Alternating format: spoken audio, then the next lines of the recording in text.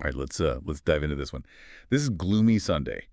This song, it's got a pretty dark reputation, right? People say it makes folks do, well, some pretty terrible things, even cursed maybe. Yeah, the curse song. It's a bit morbid. Yeah. But hey, that's what we do here on these deep dives. We dig into the dark corners, the mysteries. We're looking at a YouTube video essay today by Pagan Valley. It does a really interesting job of like peeling back the layers, separating the myth from the actual music, looking at the psychological impact. Ready to get a little gloomy. I'm ready, yeah. The staying power of this song is incredible. Like, it's almost a century old and people are still talking about it, still afraid of it even. To really get it, though, you got to go back, way back to like 1933 when it was written. Oh, yeah. Paint the picture for us. 1933, what's going on in the world? I mean, picture this. The Great Depression is hitting everyone hard. Things are just bleak, And in Europe especially, things are politically tense, like really tense. You can practically feel this weight hanging over everything. Heavy times, man. Heavy times. And smack dab in the middle of all that, you have Red Sarsarin. Right, the composer. And he's struggling, trying to make ends meet, and on top of it all, heartbreak. Lost his girlfriend, the story goes, and that pain, that's where the melody comes from. Then his friend Laszlo Javor, he writes the lyrics, and boom, you got Gloomy Sunday. A song that feels like, well, it just feels like how the world felt back then. It really does. It's interesting, though, right? When the song first came out, nothing much happened, no big reaction or anything. It's not until a couple years later, when Paul Kalmar records it, that's when the rumors start swirling. That's when it gets spooky. Yeah, suicides in Hungary supposedly spiked after that version came out. People started calling it cursed, saying it was dangerous, even tried to get it banned. And that's, I think, a big part of what makes Gloomy Sunday so fascinating. It's this mix of real-life tragedy and powerful music, Totally. And then it takes this crazy journey, right? It crosses the ocean, ends up in America and Britain. New English lyrics get written by Sam M. Lewis and Desmond Carter. And suddenly, Gloomy Sunday is a hit. Why?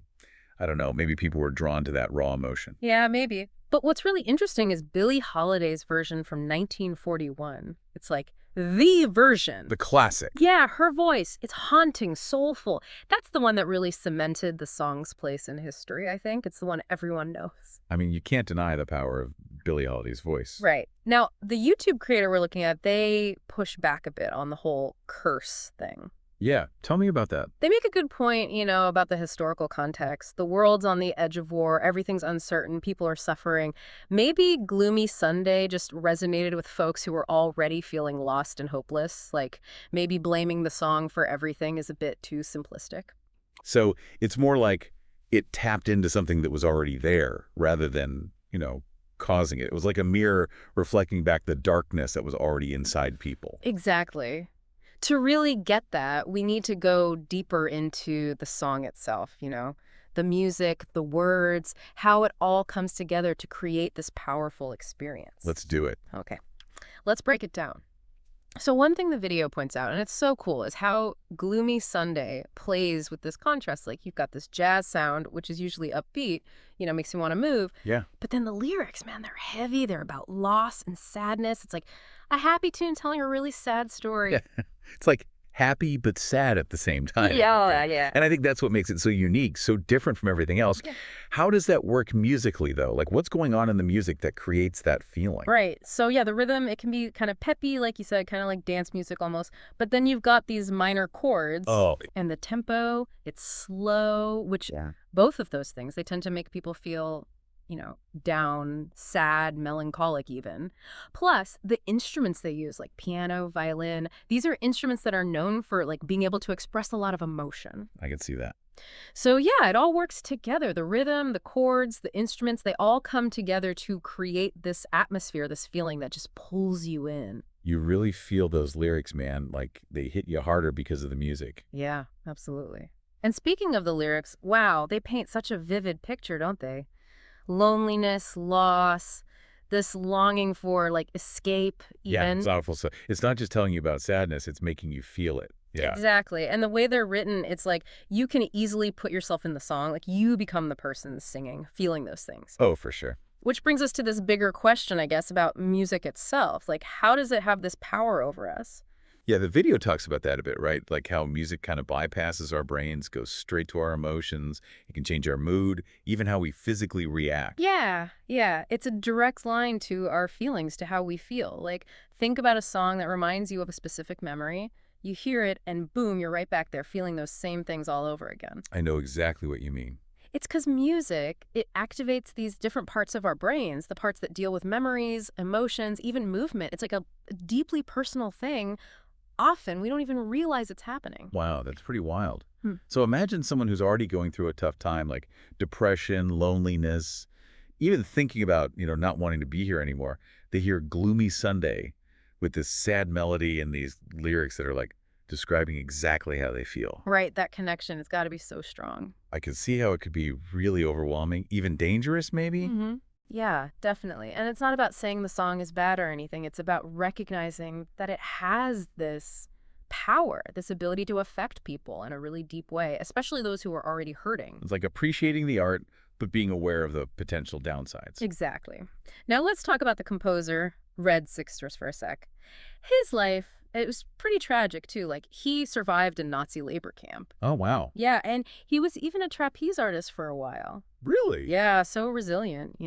But even with all that, and even with the success of Gloomy Sunday, he ended up, well, he took his own life in 1968. Oh, man, that's so sad.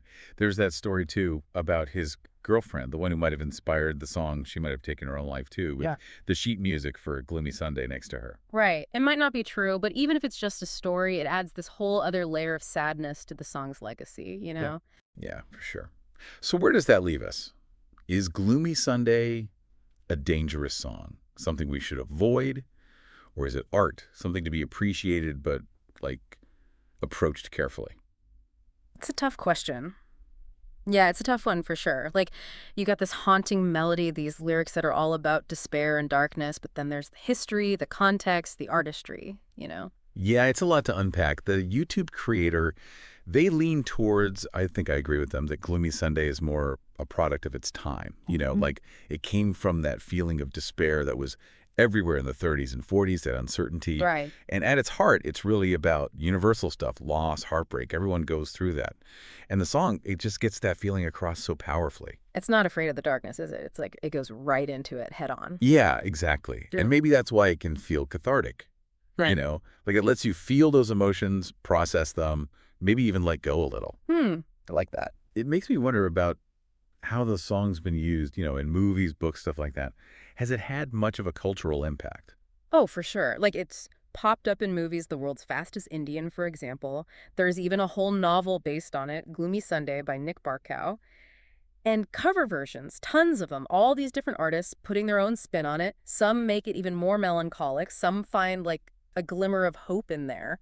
It's like the song keeps evolving, taking on a life of its own, right? Totally, yeah. It's become this, like, cultural touchstone, almost. You could even say it's a musical Rorschach test, like what you see in it, how it makes you feel. It says something about you. I never thought of it that way. Yeah. That's really interesting. Now, thinking about all this power the song has, it makes me wonder about the responsibility of the artist, Like, if music can be this powerful, shouldn't they be careful? Think about the impact it might have, especially when it's dealing with tough subjects like this. That's a question that's been around forever, right? Like, does art have a moral obligation? Should artists censor themselves because their work might upset someone?